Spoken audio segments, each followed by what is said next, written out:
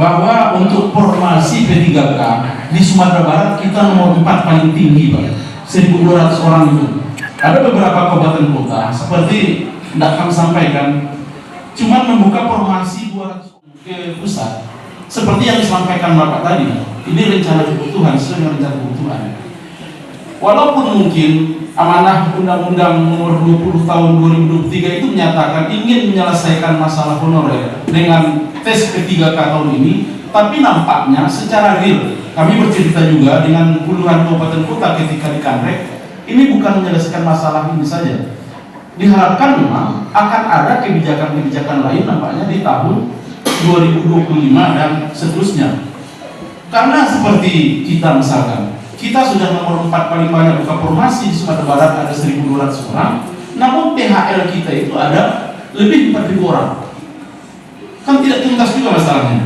Kemudian ini juga mengapa seperti ini menjadi berlebih-lebih, karena di aturan itu disampaikan, di aturan teknis untuk peserta itu adalah yang berhak mengikuti tes CASN yang terdiri CPNS dan P3K itu adalah rekan-rekan yang sudah menghonor lebih dari 2 tahun pada saat pendaftaran.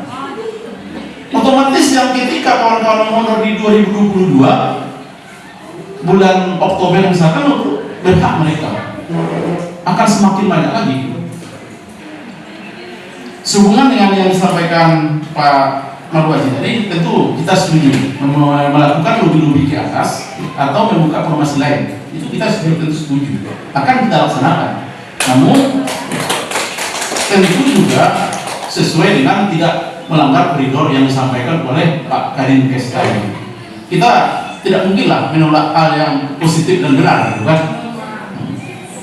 Seterusnya untuk data pengusulan P3K kita tahun ini, formasinya terdiri dari apa? Yang seperti sampaikan tadi, guru terdiri dari pasnya itu 496 orang, ditambah tenaga bidan 4, dan yang 700 itu tersebar di seluruh 700 yang tenaga administrasi itu tersebar di seluruh dinas yang terdiri dari dinas dan kantor kecamatan, ya, tersebar semua. Jadi 700 itu bukan menumpuk di satu tempat, itu sudah lebih dari 30 kantor itu formasinya, Pak. Dan rekan-rekan yang tamatan SLTA itu sangat berharap untuk tahun ini, inilah satu-satunya formasi untuk mereka, karena mereka belum D3 dan belum S1. Mungkin berdasarkan itu. Terima kasih. Assalamualaikum. Mungkin tentu berhubungan dari formasi yang tahun sebelumnya, yang semuanya kita angkat itu adalah tenaga kesehatan. 288 orang yang diberikan SK-nya pada tahun 2020 awal 2024 lalu adalah semua tenaga kesehatan. Sementara kita untuk tenaga teknis baru tahun ini dibuka, ya. Baru tahun ini dibuka. Rekan-rekan yang menghonor di Pemda Pesan Barat, rekan kita ini baru ini formasi dibuka untuk P3K.